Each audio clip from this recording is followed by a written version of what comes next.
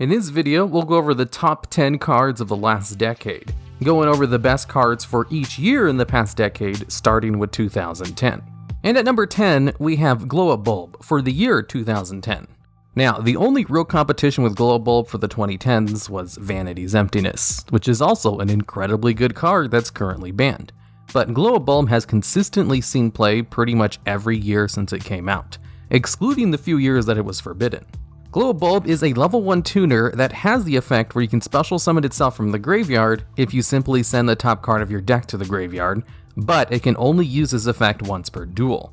Now, any monster which can special summon itself from the graveyard has the potential to be great, and Globulb has one of the easiest special summons from the graveyard effects, as its cost is actually a benefit to most decks, as most meta decks want their cards to go from their deck to the graveyard. So, the limitation of once per duel is very warranted on this card. As in the OCG, before Summon Sorceress was banned, a single Globulb could turn itself into a Link 4 monster, because of its combo potentials with Needle Fiber.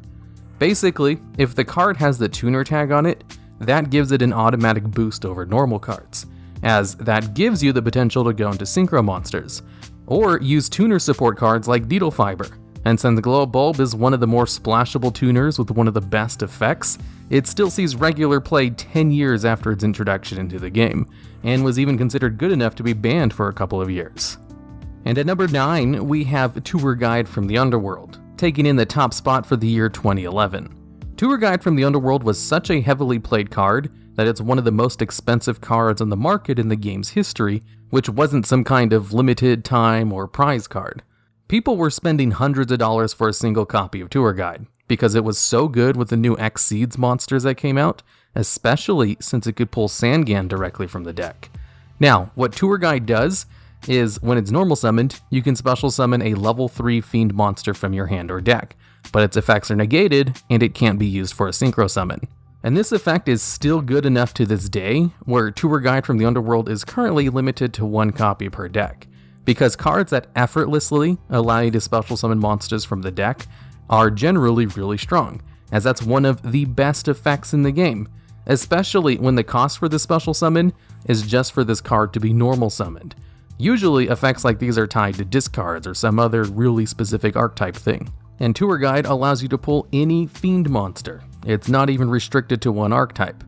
Although Tour Guide does have some competition for 2011, as Trishula, Dragon of the Ice Barrier, was also released in this year, and that's still one of the best synchro monsters in the game, as it allows you to banish 3 cards your opponent controls without targeting any of them, which will probably get a lot stronger once the new Master Rule revisions go through.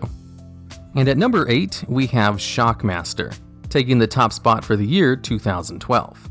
Shockmaster is an X-Seeds monster that requires 3 level 4 monsters as its materials, which I might add is one of the best levels for X-Seeds monsters, as level 4 monsters are the most plentiful type in the game and the easiest to play with. And what its effect is once per turn, you can detach one of its materials to negate the effects of all monsters, spell, or trap cards, depending on which one you pick. And this effect lasts until the end of your opponent's next turn. So Shockmaster can single-handedly lock your opponent out of monster effects for your turn, and your opponent's next turn, so you don't have to worry about hand traps or your opponent using anything good during their turn. Or if you want to push for game and you want freedom from trap cards, you can just lock those down for 2 turns. Same with spells if you're going against a spell-heavy deck like Sky Strikers. The ability to selectively shut down one type of card is incredibly good, especially on top of a card that's not that hard to bring out, which is why Shockmaster got banned pretty soon after it was released, but for some reason it stayed around a lot longer in the OCG, and wasn't really banned until Pepe decks became a thing a few years after that. And if Shockmaster wasn't banned, I can assure you people would be bending over backwards to bring this card out even today. And at number 7, for the year 2013, the year in which the Dragon Ruler archetype was released, I have to give this spot to Spellbook of Judgment, because it's one of the most powerful single cards of all time, which was also released in the exact same year, and in the same format as Dragon Rulers. The Dragon Rulers are probably one of the best archetypes made, but there is no one Dragon Ruler that has the same power as Spellbook of Judgment, and we're going over specific cards here, not entire archetypes. So Spellbook of Judgment kind of has to take the top spot for the year 2013. Now, what Spellbook of Judgment does is you can add spellbook spell cards from your deck to your hand up to the number of spell cards you activate this turn after using Spellbook of Judgment during the end phase. And then you can special summon a spellcaster monster from your deck, who has a level less than or equal to the number of cards you added to your hand with its effect, including special summoning something like Jiaojin the Spiritualist, a spellcaster that can lock your opponent out of special summoning for their turn, unless they manage to get over it with one of your plethora of spellbook cards that can protect it. And here's the thing with Spellbook of Judgment. Part of the reason it was so good was because the other spellbook spell cards were also good. If a card allows you to gain a whole bunch of advantage in an archetype that doesn't have good cards, generally no one cares. That's why Roids have things like Express Roid and Supercharge, two cards that allow them to go +1 and +2 that no one cares about because they're only useful in a bad archetype. Whereas Spellbook of Judgment allowed you to go +7 in an archetype that also had good cards, which was further reinforced by the fact that after Spellbook of Judgment got banned, spellbooks still saw competitive play, and still occasionally see competitive play to this day, which is why this card frequently takes top spots in other videos I make which mentions powerful cards, and why it takes a top spot for 2013, even though that's the year that released the Dragon Rulers. And at number 6, we have Soul Charge, taking the top spot of 2014. Soul Charge has the effect where you can special summon as many monsters from your graveyard as you want, but you can't declare an attack during the turn you use the effect. And you take 1000 points of damage for each card you special summon, which means if you bring out 5 cards and you only have 4000 life points, Soul Charge will cause you to lose the game. And this effect even has a hard once per turn on it. And even with all of the limitations placed on Soul Charge, a lot of people thought this card would get banned immediately because its effect was just that good. Being able to special summon up to 5 monsters from your graveyard with 1 card, any monsters from your graveyard at that, not limited like Rekindling is, was just so good that Soul Charge could single-handedly win you games. So it was a heavily played card and basically a staple in all decks that used the graveyard for combo plays. Eventually, the card got limited for a while before getting banned in the last couple of years, and I'm kinda surprised it stayed on the limited list for as long as it did, because of how powerful this one spell card is. Soul Charge easily takes the top spot for 2014, with honorable mentions maybe going out to Evil Swarm Excited Knight, a really powerful rank 4 monster that can destroy all cards in the field with a spell speed 2 effect, who was good enough to be banned for a couple of years. And at number 5, we have Elder Entity Norden, taking the top spot of 2015. 2015 is the year we saw the release of Brilliant Fusion, a card that was so heavily played, we now have the term Garnet as an unofficial term for a dead card in your hand. 2015 is also when Masked Hero Dark Law was released, giving hero decks their unofficial boss monster that has single-handedly allowed them to remain competitive throughout the years. Or even Psy-Frame Lord Omega, one of the most played synchro monsters in the Link era. Although Elder Entity Norden is definitely the strongest card that was released this year, and is good in more decks than any of those other ones, and in fact is so good that it's currently banned, and probably won't be taken off the ban list anytime soon, unless maybe they decide to ban Instant Fusion. Even that won't guarantee a Norden being unbanned. Norden is a level 4 fusion monster, whose effect is that when it's special summoned, you can special summon any level 4 or lower monster from your graveyard, with the restrictions where its effects are negated and it's banished when Norden leaves the field.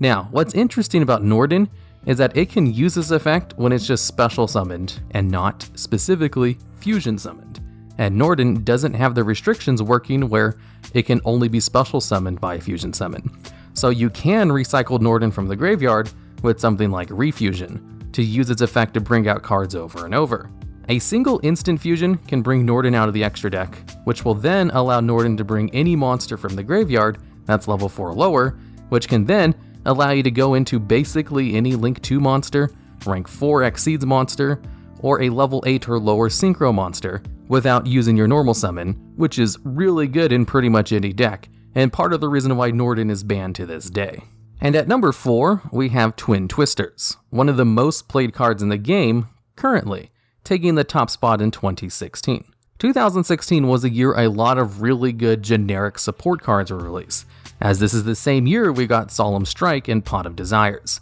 two other generic spell or trap cards that see heavy play in a lot of meta decks. and Twin Twisters takes the top spot over those two because Twin Twisters sees playing pretty much every single meta deck, even if it's generally in the side deck. Twin Twisters is just a straight up power crept version of Mystical Space Typhoon, which is probably the most played card of all time, as what Mystical Space Typhoon does is it destroys one spell or trap card on the field as a quick play spell card, which is so good that even though it's been power crept, it still sees competitive play to this day, and has seen competitive play pretty much ever since it came out in 2004. And so what Twin Twisters does is, it's a quick play spell card that allows you to discard one card in order to destroy up to 2 spell or trap cards on the field.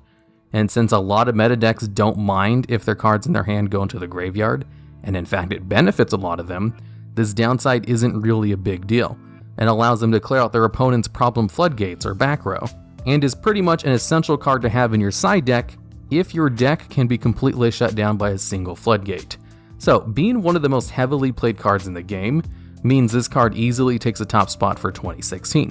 even if it's not banned or restricted card like a lot of the other cards I've talked about so far.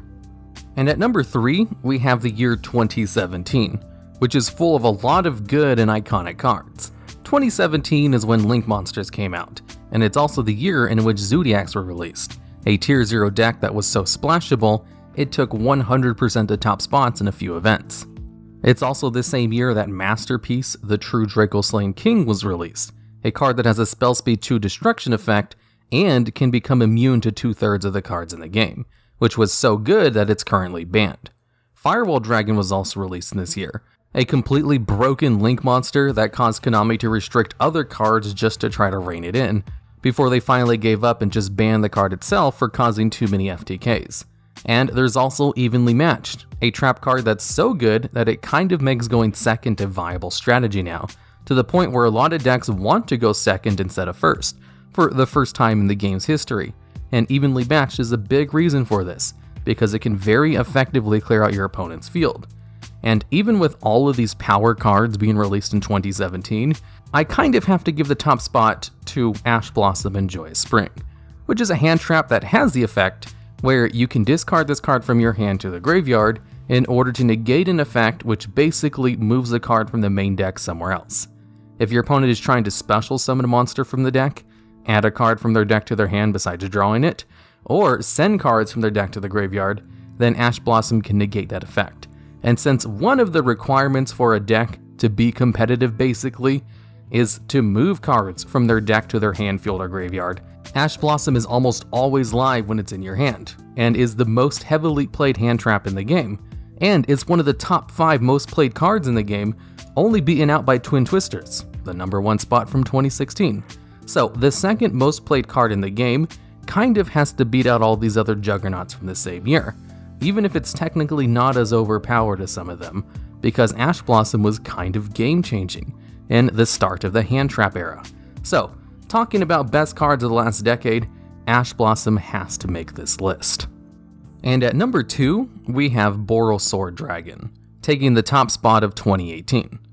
2018 is the year in which a lot of Sky Striker cards were released, including all of the Dangers, 2 archetypes that are heavily splashed into other meta decks to this day. And it's also when a lot of other staple Link monsters were released. But Borrelsword Dragon allows pretty much any deck to have a 1-card OTK condition. And because Borrelsword Dragon exists,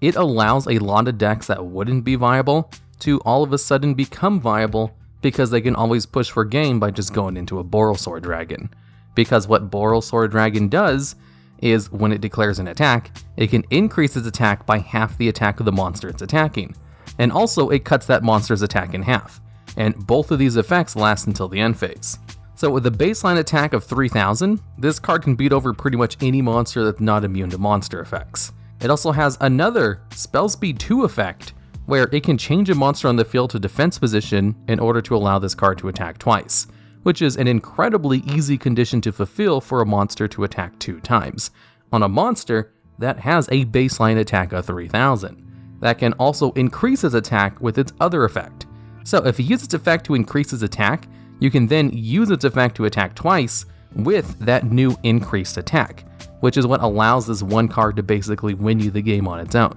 In addition to these 2 effects, it also has a baseline effect where it can't be destroyed by battle.